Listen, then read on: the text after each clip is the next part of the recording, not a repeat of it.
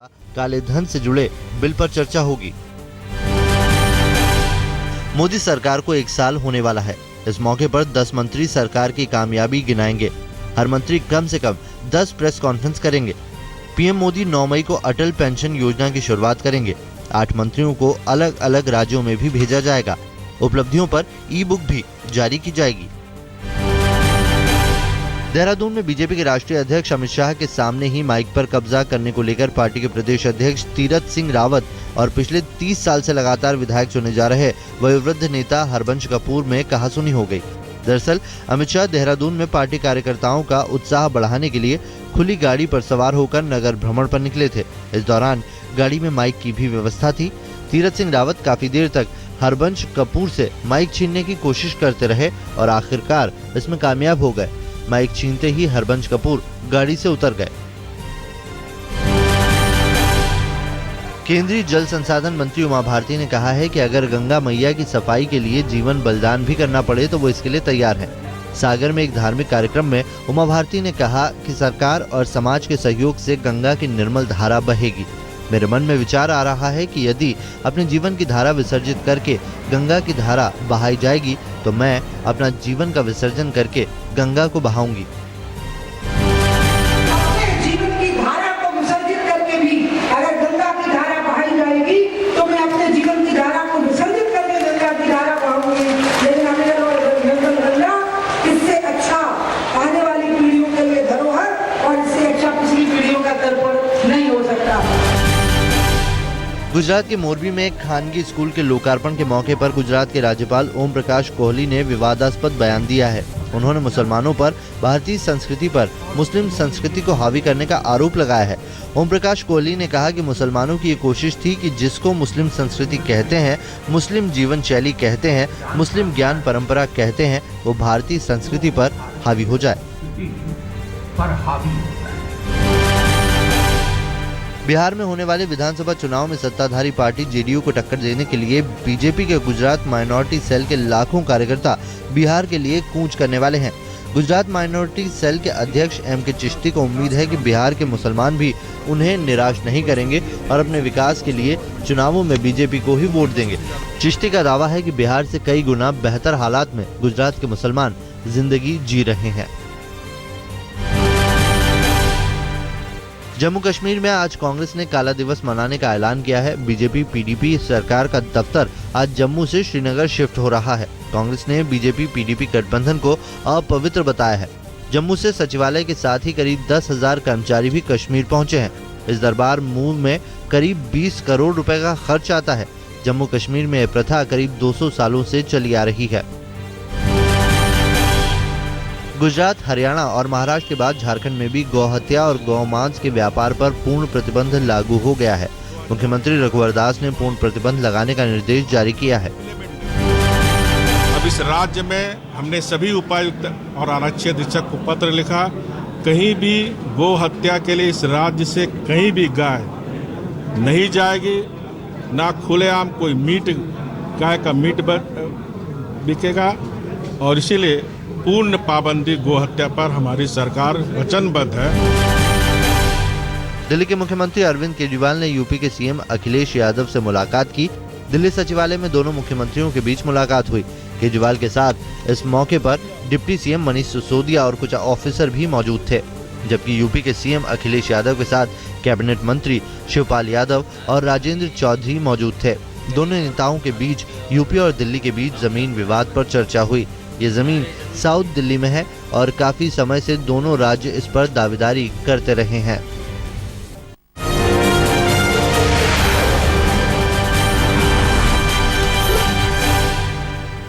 प्रधानमंत्री नरेंद्र मोदी 9 मई को छत्तीसगढ़ के दौरे पर रहेंगे। प्रधानमंत्री नरेंद्र मोदी छत्तीसगढ़ के सबसे ज्यादा नक्सल प्रभावित दंतेवाड़ा और रायपुर का दौरा करेंगे। रायपुर में वो आईआईटी के नए भवन के आधारशिला रखेंगे। वहीं नई राजधानी में छत्तीसगढ़ के पुलिस मुख्यालय का उद्घाटन करेंगे। वहीं दंतेवाड़ा में मोदी नक्सल विरोधी अभियान के तहत किए जा रहे विकास कार्यों का जायजा लेंगे। यहाँ वो स्कूली बच्चों से भी मिलेंगे। छत्तीसगढ़ में आदिवासी इलाकों में सरकारी अधिकारियों और कर्मचारियों की तैनाती अब अनिवार्य कर दी गई है। सरकारी कर्मचारियों को अब अपनी सेवा के दौरान कम से कम एक बार 2 साल के लिए आदिवासी इलाकों में काम करना होगा। छत्तीसगढ़ के 27 में से 18 जिलों में ज्यादातर आदिवासी बहुल आबादी है। बिहार के मुख्यमंत्री नीतीश कुमार के जनकपुर दौरे को लेकर विदेश मंत्रालय के रुख पर जेडीयू ने ऐतराज जताया है। पार्टी महासचिव केसी त्यागी ने इस मामले को संसद में उठाने की बात कही है। रिपोर्ट के मुताबिक मुख्यमंत्री नीतीश कुमार का जनकपुर दौरा तय था और इसे विदेश मंत्रालय ने मंजूरी भी दे दी थी, लेकिन अचानक विदेश मंत्रालय की ओर से दौरा रोक दिया गया। सूत्रों के मुताबिक राष्ट्रीय सुरक्षा सलाहकार अजीत डोभाल और विदेश सचिव जयशंकर के दौरे की वजह से अचानक मुख्यमंत्री का दौरा आगे बढ़ाने की सलाह दी गई थी। हरियाणा के हिसार में लड़कियों को लड़कों के स्कूल में पढ़ने पर पाबंदी लगा दी गई है। ब्लॉक शिक्षा अधिकारी ने इस बारे में आदेश जारी किए हैं। इस आदेश के विरोध में छात्राओं के अभिभावक स्कूल पहुंचे। ग्राम पंचायत भी इस आदेश को गलत बताते हुए इनके विरोध में उतर आई है। शिक्षा विभाग के नियमों के मुताबिक को एजुकेशन हाई स्कूल में भी छात्राएं प्राथमिक, मिडिल या उच्च कक्षा में दाखिल ले सकती हैं। शिरडी के साईं बाबा भक्तों को साक्षात दर्शन देंगे 3D एनिमेशन के जरिए। हैदराबाद की शिरडी साईं तत्व प्रचार समिति ने साईं संदेश नाम के मोबाइल ऐप्स का विमोचन किया। इस ऐप्स के जरिए श्रद्धालु अपने मोबाइल पर एक बटन दबाकर अपनी समस्या बता सकते हैं, जिसका समाधान मोबाइल स्क्रीन पर साक्षात साईं बाबा देंगे। साईं बाबा की आरती, साईं की जीवनी भी इस ऐप्स में मौजूद है। ये सुविधा फिलहाल तेलुगु भाषा में है, बाद में इसे दूसरी भाषाओं में भी मुहैया कराए जाने पर काम चल रहा है।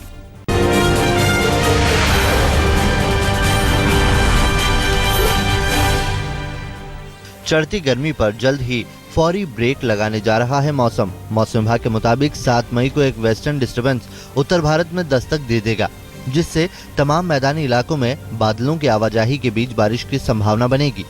बारिश की सबसे ज्यादा संभावना 8, 9 और 10 मई को है। इस दौरान पंजाब, हरियाणा और पश्चिमी उत्तर प्रदेश के साथ साथ राजधानी दिल्ली में भी बारिश हो सकती है। 8 तारीख के बाद से उत्तर पश्चिम और यहाँ तक कि मध्य भारत में थंडरस्टॉर्म एक्टिविटी शुरू होगी दोबारा से, जो 8, 9, 10 के आसपास चलेगी। इसमें आपका पंजाब, हरियाणा है, दिल्ली, NCR, यूपी, मध्य प्रदेश, यहाँ थंडरस्टॉर्म एक्टिविटी 8 तारीख से दोबारा शुरू होगा, लेकिन तब तक मौसम साफ रहेगा। महाराष्ट्र के अमरावती में कल तेज हवाओं के साथ झमाझम बारिश हुई। अचानक हुई बारिश की वजह से चढ़ती गर्मी से लोगों को राहत मिली। काठमांडू में करीब 1 हफ्ते तक लंगर शिविर चलाने के बाद दिल्ली से गुरुद्वारा प्रबंधक कमेटी का दल बीती रात दिल्ली लौट आया। DSGMC की 30 लोगों की टीम ने काठमांडू के पास 2 गांवों में राहत शिविर लगाया था। काठमांडू से 25 किलोमीटर दूर गांव शंखू खोखना में लंगर कैंप लगाए गए थे। DSGMC की टीम ने यहां कई शवों का अंतिम संस्कार भी करवाया। नेपाल में भूकंप में मारे गए लोगों की आत्मा की शांति के लिए आज सुबह 11 बजे मध्य प्रदेश में सामूहिक रूप से 1 मिनट का मौन रखा जाएगा। मुख्यमंत्री शिवराज सिंह चौहान ने राज्य के लोगों से मौन रखने की अपील की है। सामूहिक मौन के बाद शिवराज सिंह भोपाल के बाजार में लोगों से राहत राशि भी इकट्ठा करेंगे। 5 मई मंगलवार के दिन प्रातः 11 बजे पूरे मध्य प्रदेश में जो जहां है वहीं 1 मिनट मौन रखकर दिवंगत आत्माओं की शांति के लिए प्रार्थना करेंगे। जो बेघरवार हो गए हैं उनके पुनर्वास के लिए प्रार्थना करेंगे और ये संकल्प भी लेंगे कि उनके पुनर्वास के लिए हम कुछ न कुछ सहयोग की राशि ज़रूर अपनी तरफ से देंगे। ये भूरी गाय जम्मू कश्मीर में पॉलिटेक्निक कॉलेज के डिप्लोमा कोर्स में प्रवेश के लिए इम्तिहान में बैठने वाली है। ये खबर हैरान करने वाली है, लेकिन व्यवस्था की पोल खोलने वाली भी है। बलगाम निवासी Abdul Rashid Bhatt Jammu Kashmir board of professional entrance examination के ऑनलाइन पंजीकरण व्यवस्था की खामियों को उजागर करना चाहते थे और अपनी गाय के लिए प्रवेश परीक्षा का प्रवेश पत्र हासिल कर वो इसमें कामयाब भी रहे। प्रवेश पत्र कचीर गौ के नाम पर जारी किया गया। परीक्षा 10 मई को है। इस गाय को बेमिना स्थित सरकारी डिग्री कॉलेज में सीट आवंटित की गई है। मध्य प्रदेश के खंडवा जिले के घोगल गांव में किसानों का जल सत्याग्रह 25वें दिन में पहुंच गया है। नर्मदा बचाओ आंदोलन के बैनर तले 40 से ज्यादा आंदोलनकारी पानी में जमीन के बदले जमीन की मांग को लेकर धरने पर हैं।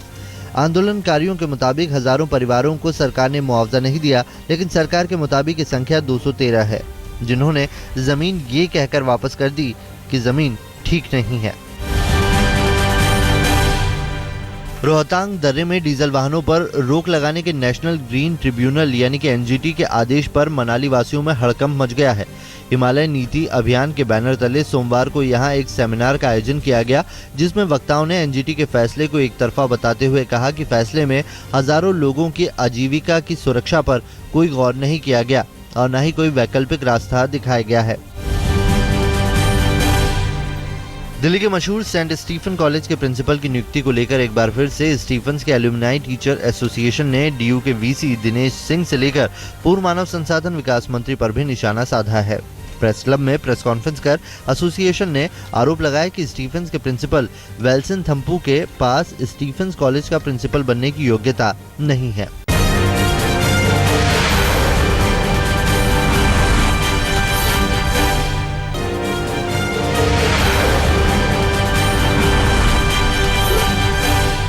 पुणे के एक अपार्टमेंट में दरिंदगी की दिल दहला देने वाली तस्वीर सामने आई है। 25 अप्रैल को सीसीटीवी में कैद तस्वीरों में एक शख्स किसी पर पत्थर से वार कर रहा है, उसे कुचलने की कोशिश कर रहा है। मीडिया में खबरें आने के बाद 2 मई को हमलावर को गिरफ्तार कर लिया गया है। मध्य प्रदेश सरकार ने पन्ना बस हादसे पर मजिस्ट्रेट जांच के आदेश दे दिए हैं। बस के 35 फीट खाई में गिरने के बाद उसके डीजल टैंक के फटने के बाद उसमें आग लग गई थी। सरकार के मुताबिक 12 लोगों को अस्पताल में भर्ती कराया गया है और 20 से ज्यादा लोगों की मौत हो चुकी है। शवों की पहचान में भी परेशानी हो रही है। सरकार ने मरने वालों के परिवार को 2-2 लाख रुपए और घायलों को 50,000 रुपए देने की घोषणा की है। उत्तरी कोलकाता के तोपसिया इलाके की एक केमिकल फैक्ट्री भीषण आग से राख हो गई। राहत की बात ये रही कि जब आग भड़की उस वक्त फैक्ट्री के भीतर कोई नहीं था। फैक्ट्री में काम करने वाले एक कर्मचारी के मुताबिक आग बड़ी तेजी से भड़की और देखते ही देखते पूरी फैक्ट्री को अपनी चपेट में ले लिया। काफी मशक्कत के बाद दमकल की 10 गाड़ियों ने आग बुझाने में कामयाबी हासिल कर ली। आग की वजह और नुकसान का अब तक पता नहीं चल पाया है। दिल्ली से सटे नोएडा के सेक्टर 20 थाने में आग से करीब दर्जन भर गाड़ियां जलकर राख हो गईं। आग पहले ट्रांसफार्मर में भड़की थी और देखते ही देखते वहां खड़ी गाड़ियों को भी उसने अपनी चपेट में ले लिया। जली हुई गाड़ियों में कई कार, बाइक और 3 व्हीलर हैं। दिल्ली के गोविंदपुरी इलाके में मंदिर के अंदर एक 30 साल के शख्स ने खुद को गोली मारकर आत्महत्या कर ली। मरने वाले युवक का नाम जॉनी है। जॉनी ने मरने से पहले मंदिर में शिव की मूर्ति की परिक्रमा लगाई। जॉनी का जनरेटर का बिजनेस है। पुलिस को उसके पास से एक सुसाइड नोट भी मिला है, जिसमें उसने आत्महत्या के लिए खुद को ही जिम्मेदार बताया है। दिल्ली पुलिस ने डेक्कन क्रॉनिकल होल्डिंग लिमिटेड के चेयरमैन वेंकटरामा रेड्डी को गिरफ्तार कर लिया है। वेंकट पर आरोप है कि 29 अप्रैल को शाम 6:30 बजे वो हथियारों के साथ 4-5 लोगों के साथ अंसल विला पहुंचे थे और वहां शिकायतकर्ता मोनीश मुक्कर को गालियां दी और फार्म हाउस के स्टाफ के सिर पर हथियार से वार किया। मुक्कर बैंकों के डूबे हुए पैसों की रिकवरी कराने का काम 2003 से कर रहे हैं। पुलिस ने वेंकट के अलावा उनके ड्राइवर राकेश को भी गिरफ्तार कर लिया है। बाद में पुलिस ने वेंकट को कोर्ट में पेश कर 3 दिनों की रिमांड पर लिया। पंजाब के लुधियाना जिले की खन्ना तहसील में बस में एक महिला से छेड़छाड़ के आरोपी का पुलिस ने स्केच जारी कर दिया है। दुकानों में लगे सीसीटीवी कैमरे की फुटेज भी खन्ना पुलिस ने हासिल कर ली है और फुटेज की छानबीन कर पुलिस आरोपी को पकड़ने की कोशिश कर रही है। गौरतलब है कि रविवार को ही एक निजी कंपनी की बस में सफर के दौरान आरोपी ने महिला से छेड़छाड़ की थी और आरोप है कि बस के ड्राइवर कंडक्टर ने आरोपी को भागने में मदद की थी। फिलहाल पुलिस ने ड्राइवर और कंडक्टर को गिरफ्तार कर लिया है। आंध्र प्रदेश के पश्चिमी गोदावरी जिले में एक नाबालिग गर्भवती लड़की के साथ गैंगरेप का सनसनीखेज मामला सामने आया है। नाबालिग की शादी 10 महीने पहले हुई थी और वो 5 महीने की गर्भवती है।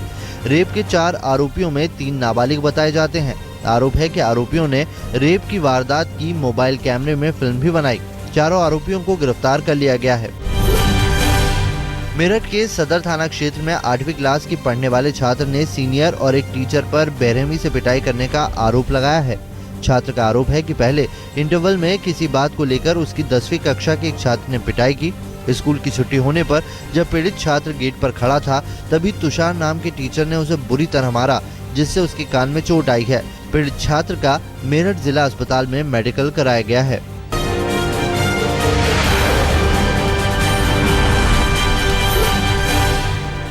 आईपीएल में आज मुंबई इंडियंस और दिल्ली डेयरडेविल्स का मुकाबला होगा।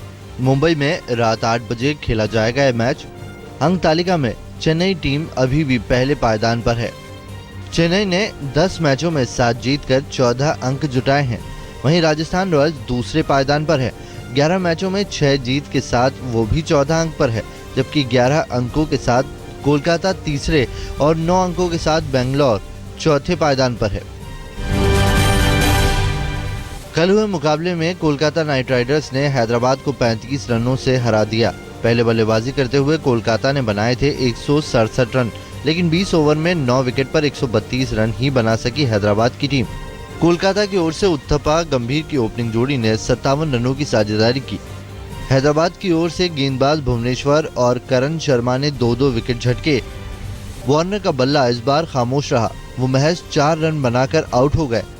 कोलकाता की ओर से उमेश यादव और ब्रैड हॉग ने 2-2 विकेट झटके। आईपीएल के एक और मुकाबले में चेन्नई सुपर किंग्स ने रॉयल चैलेंजर्स बैंगलोर को 24 रनों से शिकस्त दे दी। चेन्नई ने 20 ओवर में 148 रन बनाए थे, लेकिन बैंगलोर की टीम 124 रनों पर ही ढेर हो गई।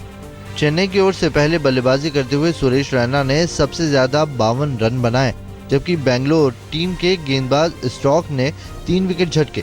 बाद में लक्ष्य का पीछा करने उतरी बैंगलोर की टीम के कप्तान विराट कोहली ही क्रीज पर टिके रहे। वो 48 रन बनाकर रनआउट का शिकार हो गए। बाद में पूरी टीम ताश के पत्तों की तरह ढह गई। चेन्नई की टीम के गेंदबाज नेहरा का शानदार प्रदर्शन इस मैच में भी जारी रहा।